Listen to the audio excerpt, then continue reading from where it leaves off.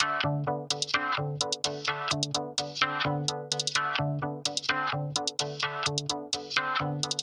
everyone. Welcome back to another episode of the Gestational Diabetic. I'm your host, Tracy Houston, and I am here to inform you and empower you so that you can be a confident member of your healthcare team.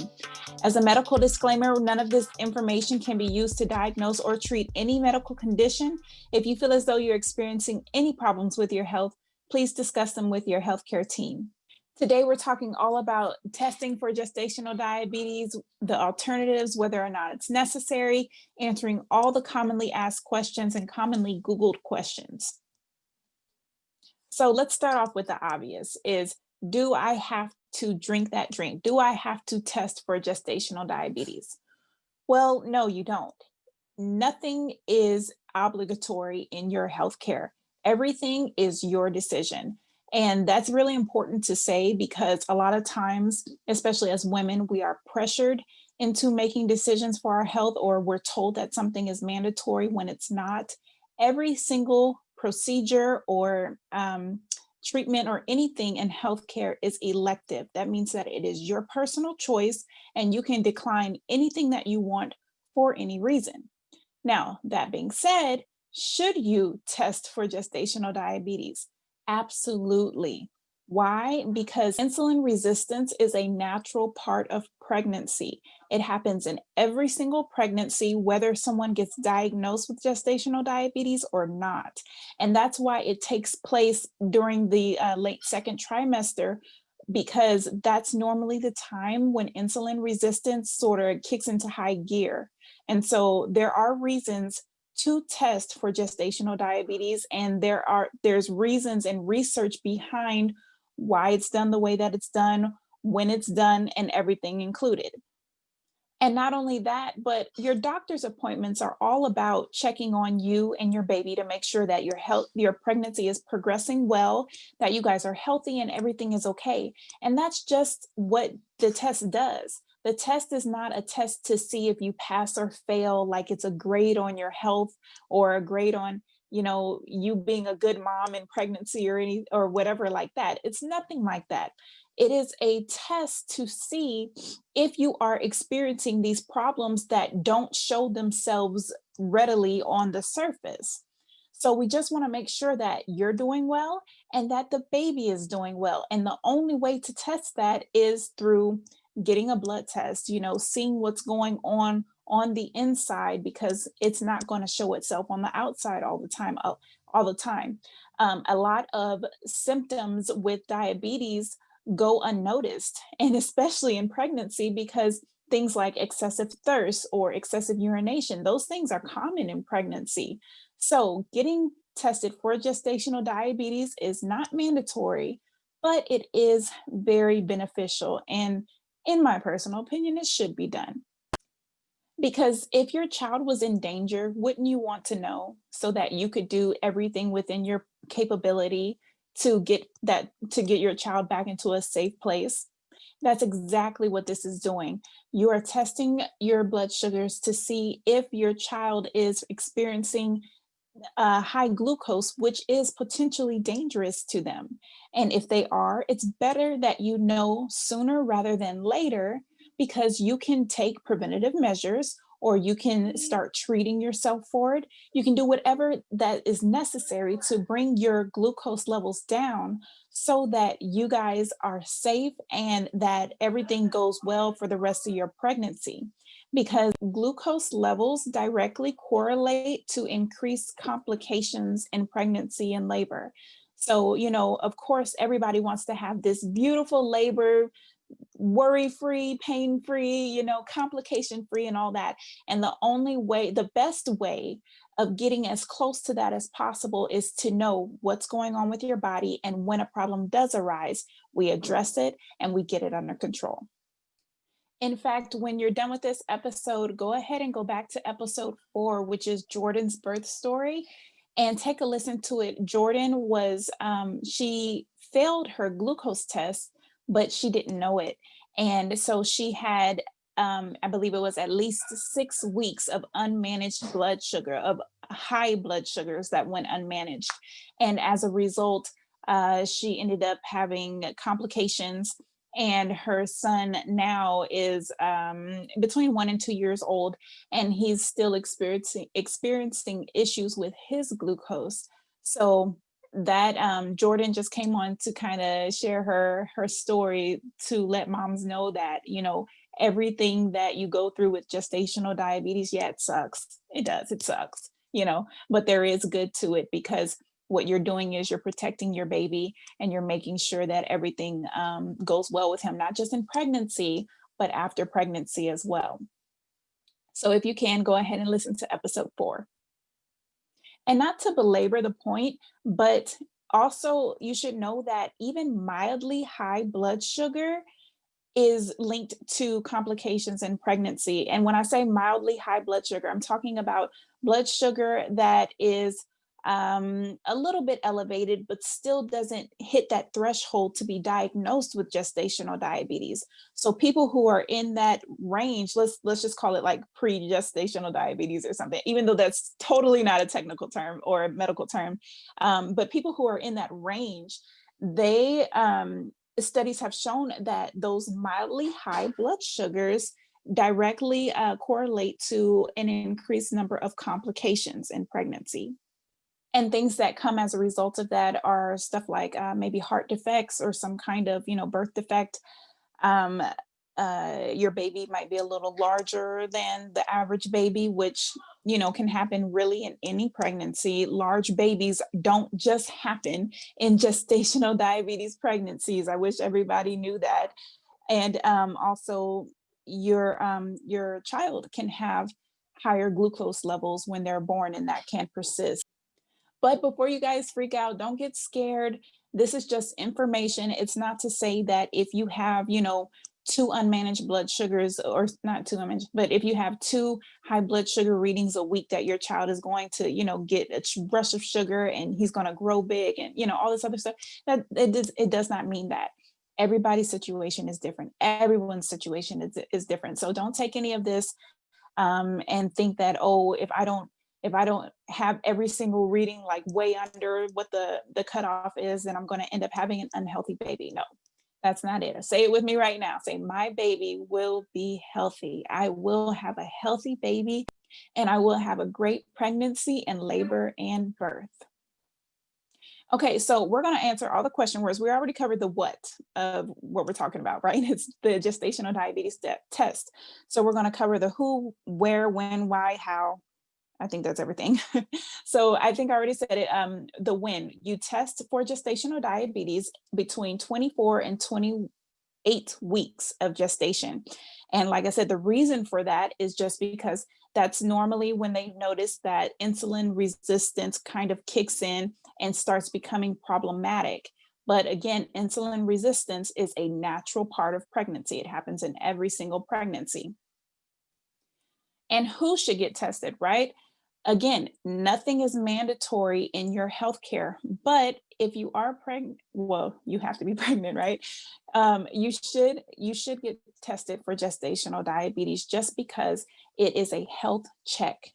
That's all it is. It's a health check to make sure that things are progressing well with you and with baby, and that you guys are on par for the course. But if you already have diabetes before pregnancy, if you were already diagnosed with diabetes, there's no need to test for gestational diabetes, because hopefully you're already treating your diabetes. But you'll have to continue your logging and treatment and whatever else you do to manage your diabetes in pregnancy. Now, when it comes to where you get tested, there's actually more than one place. Of course, we know our doctor's office, but there are third-party testing centers for people who, just want maybe an independent party. If no matter, I don't know, maybe it's a crazy situation or whatever, and you want an independent party, or you want to get a second opinion, but you don't want to ask your doctor for it, or your doctor won't let you get tested again or something like that. But you would have to pay out of pocket, but it's not super expensive. I believe I want to say under $200, and it's based on your location, but there are centers that do that. And so I will link to that in the show notes. And then, how do you get tested for gestational diabetes? there's more than just one way, and you should know your options. So the standard test is an oral glucose tolerance test, right? It's called the OGTT, oral glucose tolerance test. And what that is it's a sugary drink. It's a little drink of water and sugar, a ton of sugar, and some kind of flavoring additives and dyes and whatever else they put in drinks that's totally unnecessary for preservation, right? The drinks come in different flavors, and it's pretty well agreed upon that the orange flavor is the worst. It's disgusting. And that the lemon lime flavor is probably the better one um, out of all of them. And actually, the lemon lime flavor was developed based on feedback from moms saying, "Hey, this is gross. You got to cut it out, right?" And so they developed the lemon lime flavor so that there would be less side effects with drinking the drink, and also so that it would be more easily digestible and not as nauseating or off-putting, so you would be in less discomfort drinking the lemon lime flavor. And that is actually, I mean, they achieved that. That's what moms report, is that there are less side effects and less discomfort with the lemon lime flavor. But of course, everyone has their preference. Some people have said they actually preferred the orange drink, so who knows. But yes, worldwide, the OGTT is the accepted standard for testing for gestational diabetes. However, there are different health organizations based on your country and your region, and they have their own guidance and regulations concerning testing for gestational diabetes.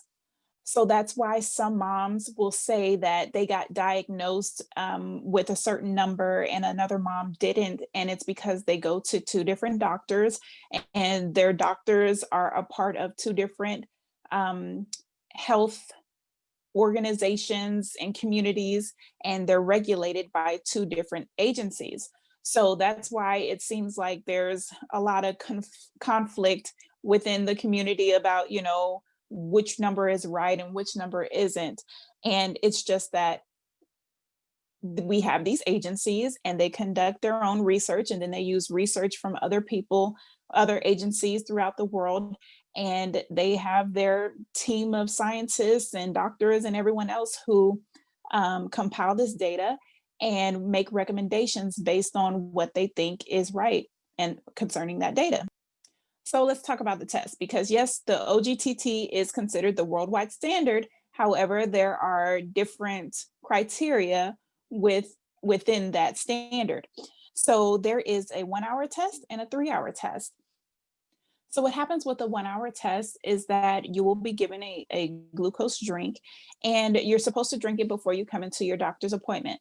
What you have to do is drink the drink within 10 minutes from the first sip to the time you finish the drink. It has to be done within 10 minutes.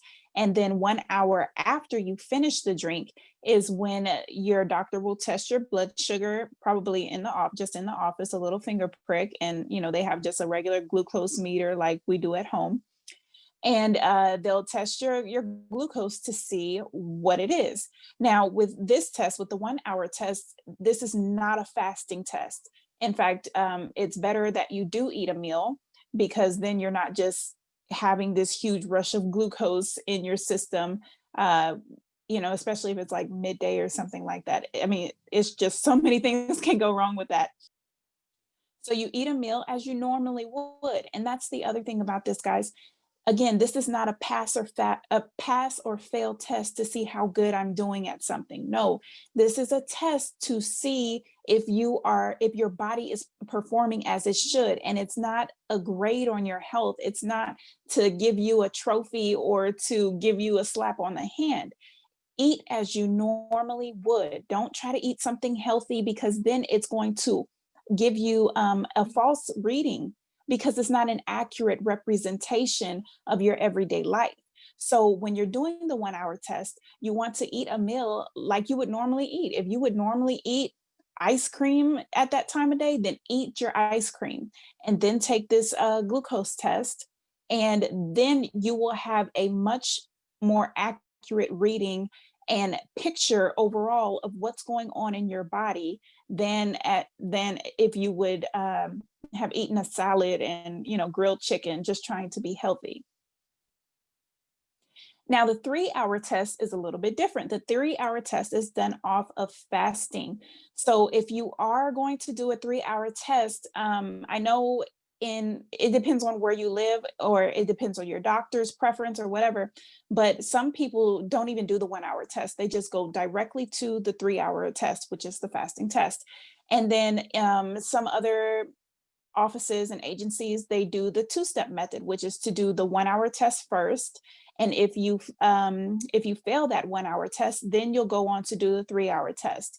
But if you pass that 1 hour test, then you just go undiagnosed. So, but with the 3 hour test, you need to fast for at least 8 hours, 8 or more hours. And so that's why it's best to get an early appointment, the earliest you can, because if you are fasting from the time, let's say you eat dinner, which let's say dinner is at 8 o'clock at night, and you can't get in to get your glucose checked until 2 p.m. the next day, that's going to suck for you big time. You are going to be hangry. You're going to be hangry. Okay. And you're going to have, you're likely going to be lightheaded and dizzy at some point in the day. And it's not a good look. Okay. So try to book the earliest appointment that you can. And also bring with you a snack and water. No, you cannot eat it during the test. You can't. But when you're done with that test, you are going to be ready for something, because think about it. They're giving you this glucose drink. You haven't eaten in however many hours, let's say 8 to 12 hours, you have not eaten. And now they're giving you this glucose drink. So you're going to get this dump of glucose into your system. And so you're going to feel okay, probably like the first hour, hour and a half. And then after that, you're going to crash and it's going to suck. You're going to be hungry. You're going to be thirsty, and you're going to need something. And in fact, I remember when I did my 3 hour test in my second pregnancy, I was so anxious to get something in my system when I was walking out of that office. And I was like, man, they really should have, given some kind of advice, like a pro tip or whatever, to say, yes, you should bring water with you, or, have something there for me to grab, because hello, I'm pregnant. And you know how this stuff works. You know better than I do how this stuff works. And so yeah, definitely make your appointment first thing in the morning and bring with you a snack and water so that you can eat it after they take your last glucose. And so yes, for the 3 hour test, what will happen is you'll go in, you cannot eat, you'll be fasting, you'll go in and they will take your blood sugar, they'll take your blood, and that is the baseline that they're going to base all of this off of. And so after they take your blood the first time, you'll drink your drink. Again, it has to be completely consumed within 10 minutes. And then every hour on the hour for 3 hours, they are going to take your glucose again. So altogether, you're going to get pricked 4 times and have your blood tested. And it's not an immediate result like it was in your doctor's office. This will be something that, they have to send down to the lab and they analyze, and then it comes back, I don't know, however, maybe 2 days later, a week later, something like that. How do you actually get diagnosed? When you take your test, let's say you're taking the 1 hour test, these are the cutoffs. After testing your blood sugar after 1 hour, if your reading is 140 or more, then that's when you'll proceed to the 2 hour test. But some doctors have been saying that if your reading is 200 or higher, then you're just diagnosed. There's no reason to do the 3 hour test. I said 3 hour test before, right? That's what I meant, 3 hour test. Okay. And then for the 3 hour test, they're saying that your fasting numbers should be no more than 94. Your 1 hour reading should be 179 or less.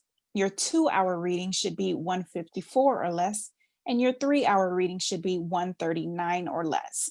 And to get diagnosed off of the 3 hour glucose test, two of your readings, any two of your readings, it doesn't matter which ones, if any two of your readings are higher than what is suggested, then you'll be diagnosed. Now, if you've been researching about diabetes and gestational diabetes, you've probably seen that there's a lot that influences your blood sugar. And so, that said, there's a lot that can go wrong with this test that can yield false results. And for example, earlier I mentioned eating a salad and grilled chicken, or eating what you would consider to be a healthy meal, as opposed to eating what you're normally eating and then taking the test. That's going to yield a false result, whether it's good or bad, or whether it's pass or fail, or diagnosed or undiagnosed, whatever. It's still going to yield a false result because it wasn't natural, right? And so much contributes to blood sugar on a daily basis: your stress level, your water intake, your sleep. you know so much goes into it. So depending on what's going on with you that day, what you ate that day, everything else, it's very easy to get an inaccurate result from this glucose test. And although it is the worldwide approved method, there's still a lot of room for error there. So there are some alternatives to taking the oral glucose test. And hey, maybe you just don't want to take it because you don't want to have to be forced to drink that disgusting drink, which is totally understandable. Some reasons that moms choose to go an alternative route are because they don't want to drink the drink, or some moms have had to drink it before and they ended up vomiting it up before their testing period was done, and so their test was just completely voided, and they had to go back and reaccomplish it. So that means that they had to force it down again and hopefully keep it down that time. you know um Other things are, there are side effects that come with it, known side effects, and it causes discomfort. There are toxins and dyes in that, and it's a very lengthy article to read, but there's a natural women's health doctor who wrote a very good article about the the stuff that they put in the OGTT glucose drinks. So I will link to that as well. Um, and then, yeah, I mean, having to drink it in 10 minutes may not sound like it's a hard thing to do, but it is tough. I found myself having to chug it at the very last second, what was left of it, because I just couldn't believe so much time had passed, and I'd only had so little of it, because it is very hard to do when it's just so nasty. So some alternatives, and in fact, the best alternative is to get tested in your first trimester with your HbA1c. Now, chances are you're already past that, you're in your second trimester, and so it would be ineffective to test your HbA1c right now because you've already passed that period. But you should know for future pregnancies, or just to help out another mom when you see her or when you find out that she's pregnant, is that testing your HbA1c for high glucose levels in the first trimester is over 95% accurate in predicting a gestational diabetes diagnosis later in pregnancy. So let's say you are still in your first trimester and you go in for your regular doctor's appointment. And at that doctor's appointment, they do your blood work. They want to check levels and see whatever they see, right? Most doctors don't check for the HbA1c at that time, even though it's as simple as them checking a box when they put in the order. That's all they have to do. They don't have to take any extra blood from you, or you don't have to do anything super, super special for it. You just get that box checked off, and you get your results back. And what that is a picture of your blood sugar for the past 3 months. So it's a very good way to find out if maybe you were already experiencing high blood sugar before getting pregnant. And it's also a great indicator to know if you're likely going to have increased blood sugar as you progress in pregnancy. Again, As you progress in pregnancy, it is very normal. It's a normal part of pregnancy for your insulin resistance to become greater. And even though doctors don't test for that, it is highly recommended because it's such an accurate indicator of whether or not you're going to have gestational diabetes later.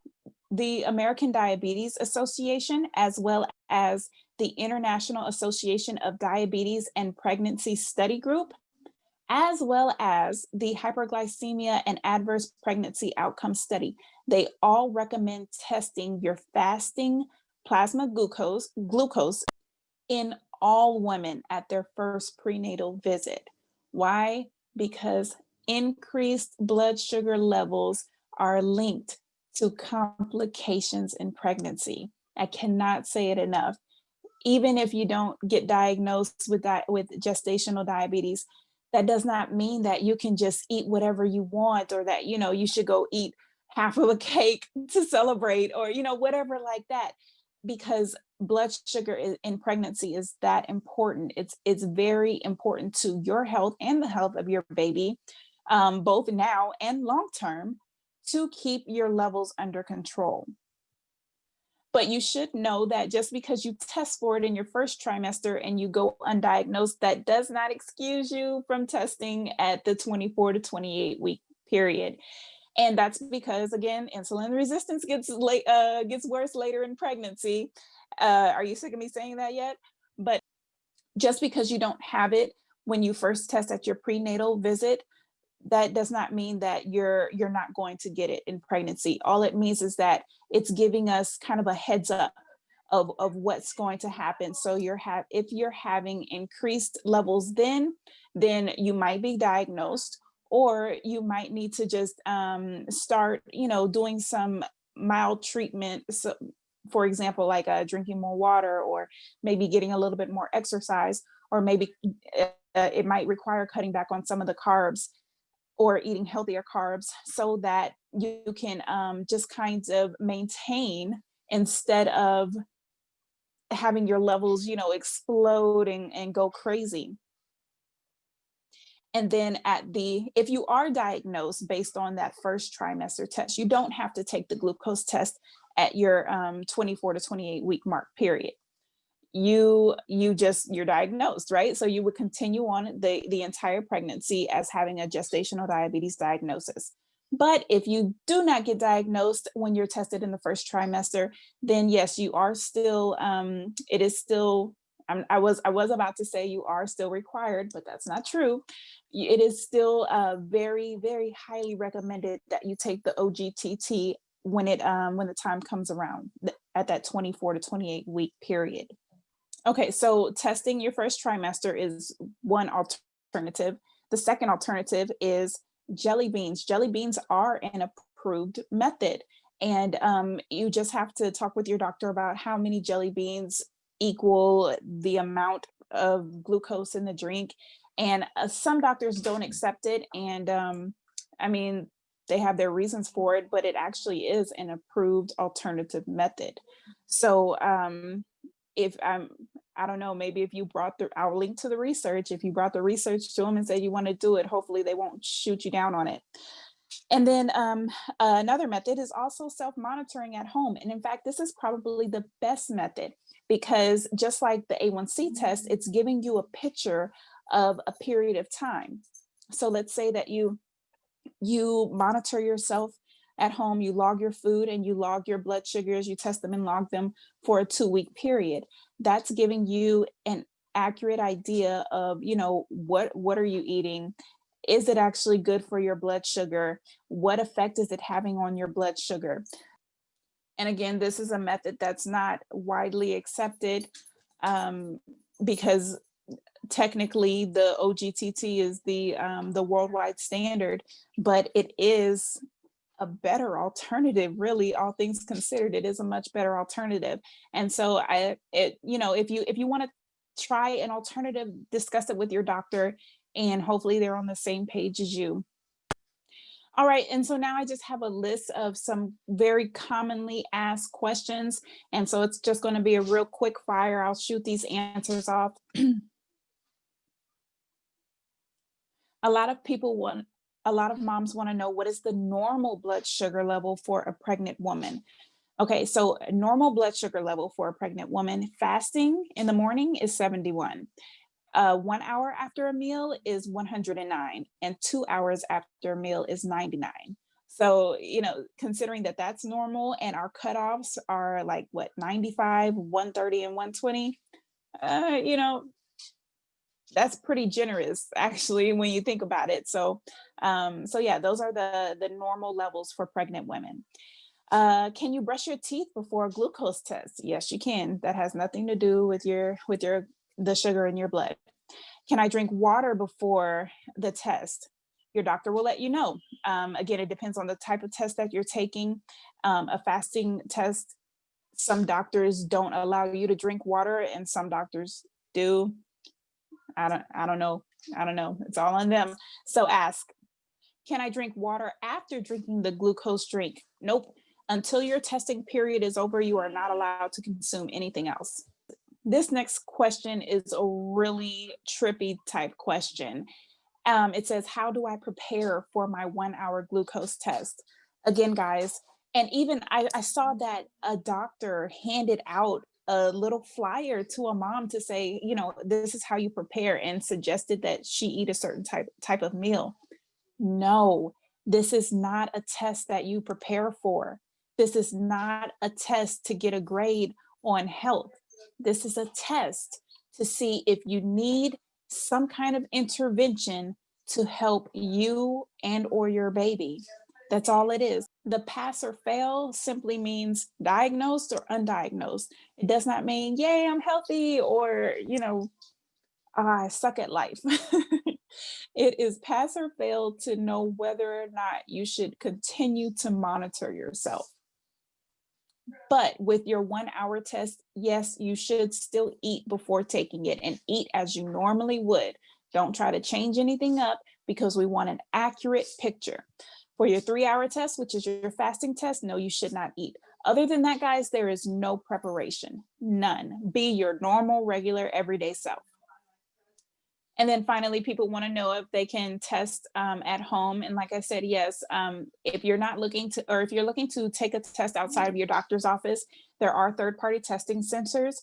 And excuse me, you can also self-monitor at home you can buy a glucose monitor at any drugstore and test your sugars. And you can also keep a food log and see which sugars are affecting you, which foods are affecting you in different ways. Okay, guys, I hope that was helpful to you. Everything that I mentioned that required the backing of research, I will be sure to link to in the show notes. If you guys want to add anything, or if you have any more questions, go ahead and leave a comment at the bottom of the show notes, and I'll be sure to address that. I hope you guys are doing well, and that you are truly enjoying this time, even though you're having to worry about carbs and all that stuff. I hope that you're doing well, and that your family is well and healthy, and that everyone is just kind of hopefully getting over this mayhem that has been 2020 thus far. So I'm sending you lots of love. I'll talk to you later, guys.